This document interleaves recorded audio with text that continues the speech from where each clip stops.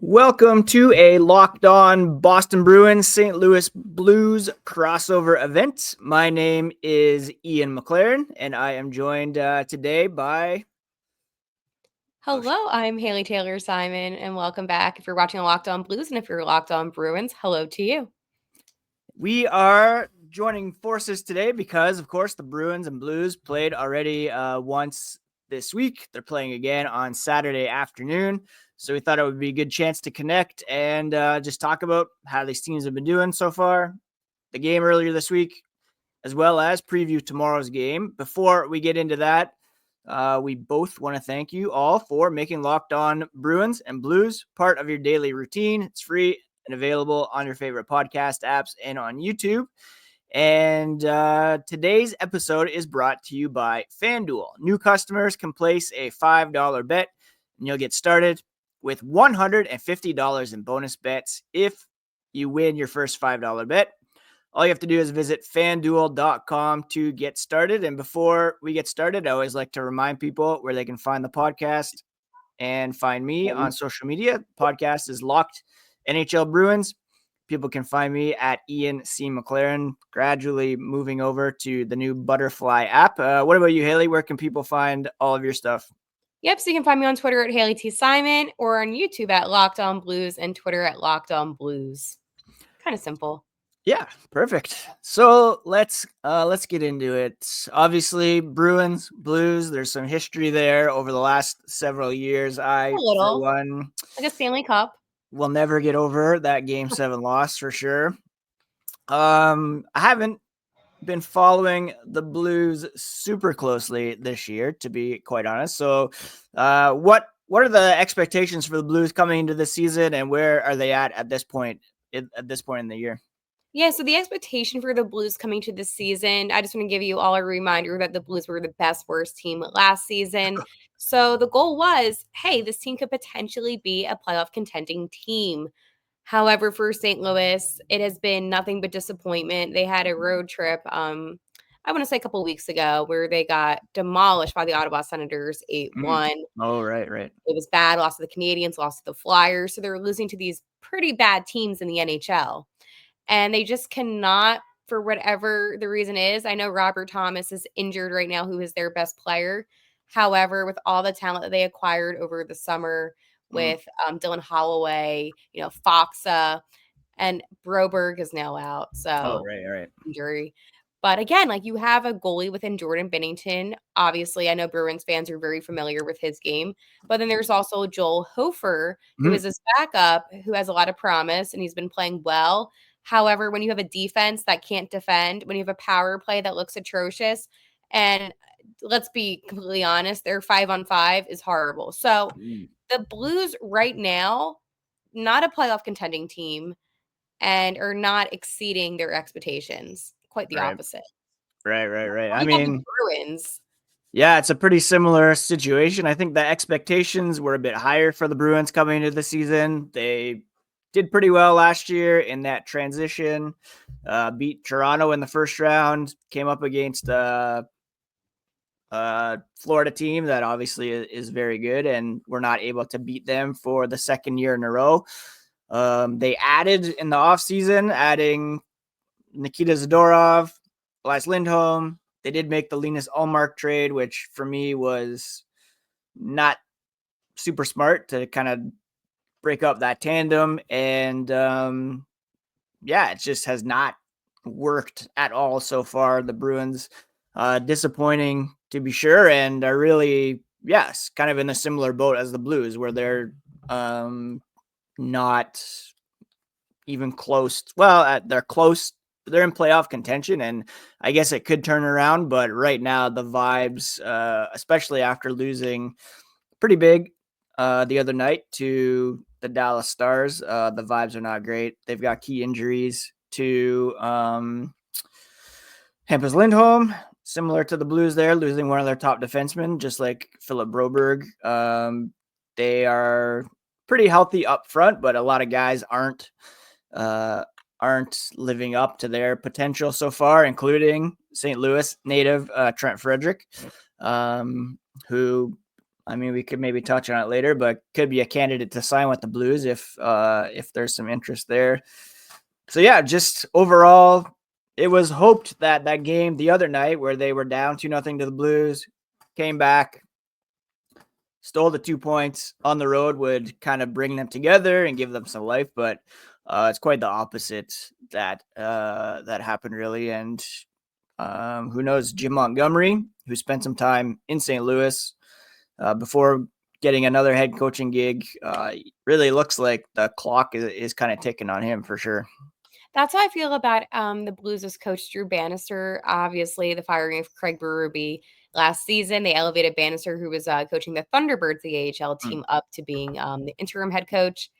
My philosophy and thought is that Doug Armstrong, our GM, couldn't find anybody else to be a head coach. So then he just, of course, was like, oh, yeah, it was always, Bannister. Again, I can't justify, at least in my head, firing a coach that gave you the Stanley Cup, right? Because you're not getting good talent, you don't have the money. Bringing up another coach, having a worse start to the season. Yeah. And everything's fine. And in my head, it's just a very frustrating situation because some of the lines and pairings, at least to me, just look ridiculous. And when you have a guy like Dylan Holloway and you put him on the first line in the first couple games, Yep. I'm thinking to myself, does this guy know what he's doing? And I'm not trying to question the head coach, but Holloway is like a third line type of player, maybe a second line, depending. Right. And that was just one example. And I feel like, and I bet you can agree on this too, but when you switch up the lines too many Oh times, my gosh, yes. no chemistry is going to be 100%. formed. Yep. And that's what Bannister does. Yep. And it's the same message. We need to work on this. We need to work on that. But yet nothing changes. Yeah. I mean, Jim Montgomery is hugely guilty of that as well. Like, just even after they win a game, though, he'll inexplicably just like to begin the season, the Bruins' fourth line was like their best line. So he tried to spread them out. He'll put a guy who was healthy scratched up on the first line. Yeah, there's just, it seems to kind of just reek of desperation in a sense. And it almost felt like from a Bruins perspective that he was kind of doing that to be like, I mean, this is what you're giving me. So like, what do you expect? I have to put these guys somewhere. And if it means bumping a guy from the third line to the first line, if you give me like 9 third line players, they have to play somewhere. So that it kind of felt like he's been pointing his eyes up at the front office to suggest like, I can only do what I can with what you're giving me here. I don't know if it's the same situation in St. Louis, but that's what it really feels like in Boston for sure. And yeah, no, it's actually very similar to how it feels in St. Louis. A prime example, and again, maybe some Blues fans will agree with me, disagree with me. They gave Scott Perunovich a 1-year extension. I personally thought it was ridiculous. I'm like, don't do it. Let him go. Yeah. Because he wasn't showing much potential. Like when you're in your mid-20s and you're not able to play solid hockey, I'm sorry, at that point, what's this experiment? And I like Perunovich. I feel for him because, again, he is given an opportunity, why not? Right. However, he was like healthy scratch for the first 5 or 6 games. Some injuries happened. They put him in. He got his first NHL goal, by the way, the other night. Yeah, I saw that. But like to me at least, I just don't understand what was the point of not playing him. You're putting other guys in, you're putting, P.O. Joseph in, you're putting Matthew Kessel in, who wasn't playing that well. Like you're putting all these other guys in, and you're wasting money by signing these players that you don't need. Right. I don't understand it. I think honestly, healthy scratching a player for 5 to 6 games to start the season is one of the dumbest things because you're giving them no experience. And then when they do jump on the ice, it's already a big chunk of time gone by, and they're going to be so much further behind if they've been struggling as it is. I hear you. Well, it seems as though the vibes aren't great in either locker room at the moment. We'll discuss kind of the specific game on Tuesday, what the Bruins and Blues have been up to since then. Let's touch on that here as the podcast continues. I love a great deal as much as the next person, but I'm not going to crawl through a bed of hot coals just to save a few bucks. It has to be easy. No hoops, no BS. So when Mint Mobile said it was easy to get wireless for $15 a month with the purchase of a 3-month plan, I called them on it. Turns out it really is that easy to get wireless for $15 a month. The longest part of the process was the time I spent on hold waiting to break up with my old provider. To get started, go to mintmobile.com/lockedonnhl. There you'll see that right now all 3-month plans are only $15 a month, including the unlimited plan. To get this new customer offer and your new 3-month premium wireless plan for just $15 a month, go to mintmobile.com/lockedonnhl. That's mintmobile.com/lockedonnhl. Cut your wireless bill to $15 a month at mintmobile.com/lockedonnhl. There's a $45 upfront payment required.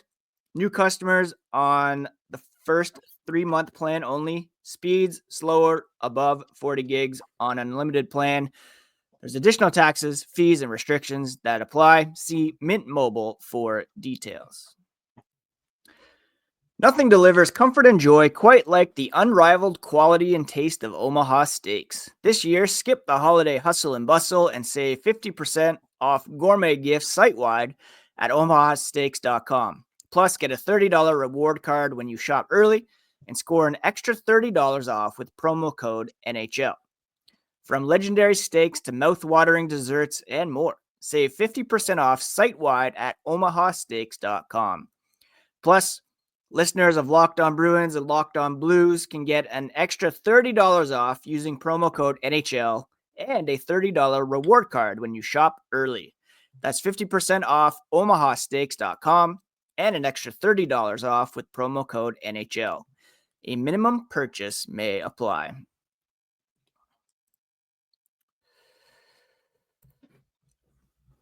All right, Haley, I don't know about you, but the vibes after the game the other night for the Bruins were obviously pretty positive, erasing a 2-0 third period lead. What was the reaction in St. Louis after that comeback win by the Bruins? I'm not surprised. I think all Blues fans kind of expected that to happen.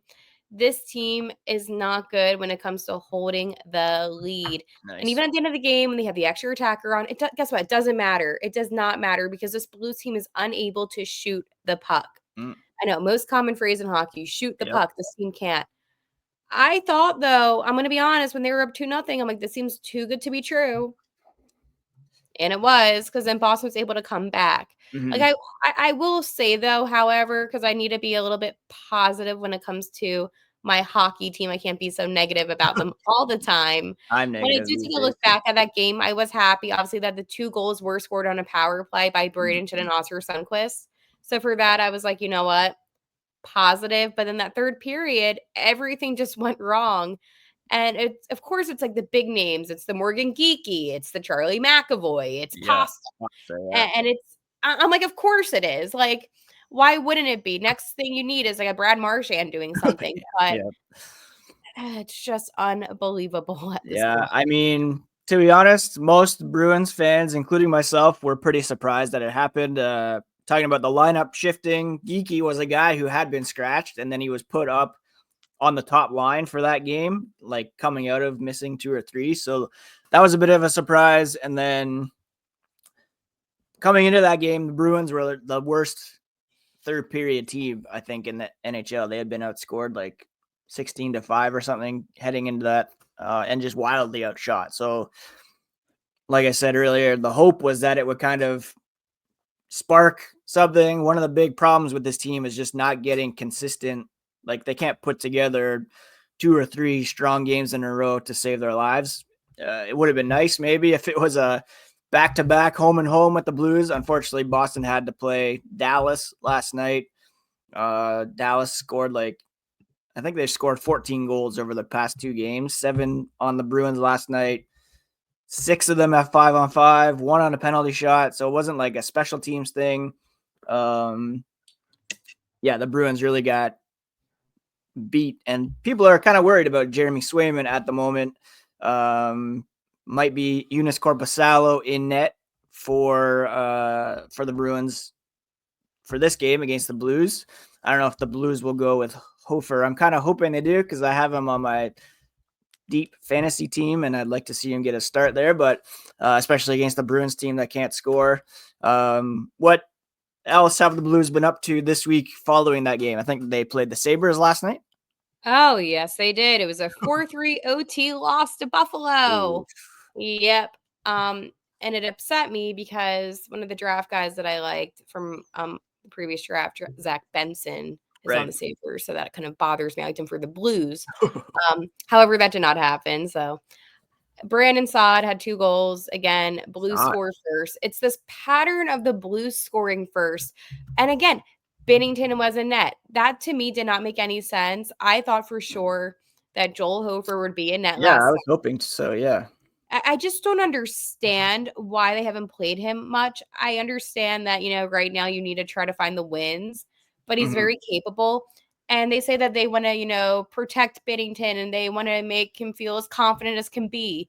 But when you're consecutively losing games in sloppy fashion, maybe for just Binner's sake, just put in Joel Hofer. Again, I want to remind you that the Blues had 2 8-1 losses so far this season, Senators and the Capitals. And when the Capitals were on Blues home ice and they defeated them 8-1, they never took out Binner. They left him in the whole time. Yeah. Who does that? I mean, that actually happened. That was a kind of a point of discussion this morning. I was listening to the 32 Thoughts podcast, and they were talking about how Swayman was kept in that game last night against the Stars, even though he let up the 7 goals. So, yeah, the similarities between these two teams right now is pretty spooky. Real. But yeah, I mean, whether it was kind of a message to Swayman that he skipped training camp because of this contract dispute and And that was we're going to keep crazy. you in, shake the rust off, or whether they really thought he could give them a chance to come back. But I did notice this morning, I saw there's a Bruins writer named Jimmy Murphy. Yep. Who I think he put out something about Binnington maybe even being floated in trades this season. Has that been a thing that you've seen out there at all? That's a thing I see every season.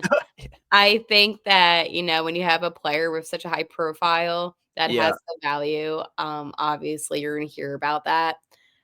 Personally, I don't Couple like years it. left on his deal. Yeah. Maybe next season when some of our younger goalies develop a little bit more, but right now I would just kind of keep it, especially if you want to push for the playoffs. Now, let's just say you get to where the trade deadline point is, right, in March, and the Blues, Right. they look awful. They're not going to go to the playoffs. Like, there's just no chance. Then sure, maybe. But at this point, despite how awful they look, and I'm going to be very honest, like they look awful, I still believe there is some hope because once Robert Thomas comes back, hopefully in 3 Right. weeks, the team will turn things around. Isn't that sad, though, that this team has to depend on one player in order to play good hockey? Yeah. I mean, it's interesting too because Don Sweeney and Doug Armstrong, they're working together for Team Canada for the Yep. Four Nations. So maybe they will, maybe they could get together at some point and make a deal the Bruins could use. Yeah. If they're done with Pernovich, the Bruins might want to give them a look because they got these injuries on the back end. Who knows? He won't be any help. I actually did have him in this same fantasy team where I have Hofer, and I did give up on him this past summer because he has so much promise. He's highly rated as a prospect, but just he didn't even score his first goal till like this past week. So And that's the problem, and it's the turnovers, and I think that's what really kills the Blues, especially with Jordan Kyrou.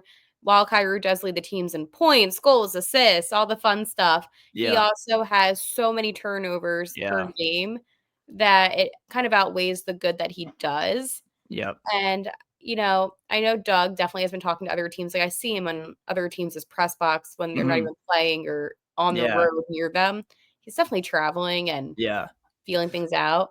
This team's gonna have to do something. It's hard to say if they're like, same with Don Sweeney. It's hard to say if they're actually looking at players or if they're just trying to make decisions for Team Canada. But it'll be interesting to see those two guys team up after after heading or facing off in the finals a couple years ago. Obviously, they both. Doesn't it feel like a long time ago? Oh, it feels like forever ago because But of especially COVID and everything that happened since then. It feels like a lifetime ago. taking any bias away, I will say that was probably one of the best Stanley Cup finals I've ever seen in Yep, quite a while. Maybe it was last good. year's was good too because it went to 7, but there was something about that Blues Bruins where Yep, it just was so random. Like we never yeah. knew the Bruins were going to There's end a up lot of making. memorable moments. Yeah, despite the loss for the Bruins, there was like the Yeah, Torrey Krug flying hit there, and then Zdeno we get him the Chara next breaking his season. jaw, coming back. Yeah, it was wild. That was. Yeah, I'm never gonna forget that series. But at But least you yeah, have won cups. that's true. That is true. That is That was true. our first. Yeah, that's true. Oh, fine. All right. Plus, yeah, I mean, there was some good that came out of it, I guess. But And here we are now. exactly, yeah. Both teams struggling for playoff spots, looking for points. A game coming up Saturday afternoon, and we'll let's preview that here as the podcast continues. Get ready to tackle this weekend's NFL action with FanDuel, America's #1 sportsbook. Right now, new customers can bet $5 and get $150 in bonus bets if you win. The FanDuel Sportsbook app gives you everything you need to place live bets on the NFL, as well as the NBA and NHL. And you can do it all in one place, right on the app. And so when you get a hunch in the middle of a game, you can check out the latest stats, view live play-by-play, and so much more on the same page where you place your bets. All you have to do is visit fanduel.com to join today, and you'll get started with $150 in bonus bets if you win your first $5 bet. Just go to FanDuel, check the over-under for the Bruins game, put $5 down. If that hits, you will get that $150 in bonus bets. It's all available at fanduel.com. Never waste a hunch. Make every moment more with FanDuel, an official sportsbook partner of the NFL.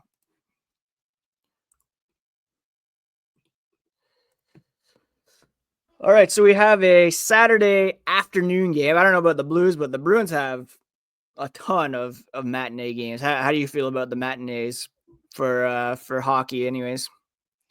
I don't like it. It depends. I prefer nighttime. I'm busy during the days usually, so night for me is just kind Yeah, of a better situation. However, I'm not upset about tomorrow just due to the fact that not a lot of college football has been entertaining lately. right, So right, right. For me, it's like if you watch an afternoon game and your team wins, then hey, you could have the whole evening to just relax, enjoy the victory. If you lose, then you have the rest of the night to just stew about the game, and it throws off the evening. So hopefully, yeah, we'll see how it goes. So what do you think? Do you think it will be Hofer playing tomorrow for the Blues? as much as I want to say yes, I thought yes about him playing in last night's contest, and evidently it was Binnington. So I feel like they're gonna maybe have Binnington in again. But I also think it depends on what the Bruin. I mean, you don't have to also announce too who you're starting, True. which is the problem. So I guess it becomes a matchup situation. I would say 50-50. I really would. I wouldn't be surprised if it was Benner, but at the same time, if it was Hofer, I wouldn't be shocked either. So I'm kind of it's desperate to see Swayman Binnington play so that we can get a goalie fight at center ice. I think that oh, would that would be. be amazing. I would I want get. to see that. I know Swayman. He's got the goal already. He's already said that he's up for a fight. That would just be a great Yeah, we matchup. know Benner is. Yeah, exactly. He controls his emotions quite well. So Yeah. I'm joking. He does not. Yeah. No. He does not. Yeah, he's kind of like Tuukka Rask in that respect. Other than kind of Kyrou, who are some Blues that Bruins fans should keep an eye on that could be a threat tomorrow afternoon? Ooh, not many right now. No, but in all seriousness, again, Dylan Holloway, he's still a great Yeah. playmaker despite him not scoring that many goals yet. You have Jake Neighbors, a lot of speed, Yeah. like Jake a lot too. And maybe defense wise, I mean, you obviously have Colton Parayko. who Mhm. is the Blues' best defender. Suter, I know a lot of people underestimate Ryan Suter, but he went from being a third pair who wasn't going to play that many minutes now being our first pair guy with Yeah, that's Parayko. wild. So I know that he's 39, one of the older guys in the league. However, do not underestimate him because he is truly incredible on the ice and he will force you to turn the puck over. Right. And I mean, Bruins defenseman might be a bit cautious about trying to block a Justin Falk shot since that's what injured Hampus Lindholm. Apparently, he has a fractured kneecap from that shot, so that's something to keep an eye on. I hope Trent Frederic will have a big game. I was hoping he'd have one in St. Louis, but maybe he was feeling some butterflies. But he's a guy that I think really needs to step up for the Bruins. I think he's stuck on I can't remember, one goal. So I'd like to see him get going here for sure. Got a prediction for the game? What do you think? What's this one going to be? Blues are gonna lose. It's gonna be like a 3-2 loss or something like that All again. right. Yeah, I could see that happening. The Bruins, again, the vibes aren't great, but they're kind of up and down. So win, lose, win, lose. This would get them back in the win column. And I guess that would be it, unless these teams miraculously end up back in the Stanley Cup final this year, which I don't Won't see happening. happen. I can tell you that now. That's not gonna Yeah, happen. I would not go to FanDuel and put the $5 bet on that. You will We'll not see get each the other 100 at the in. draft. Yeah, exactly. Yeah, and the Bruins will actually have a first round pick this year. So that Oh, okay. where How is about the draft? Do we it's know? in Los Angeles. Oh wow, that'd be Yeah, I don't nice. like these West Coast. When I went to Vegas, Yeah, it was so hot and it was awful.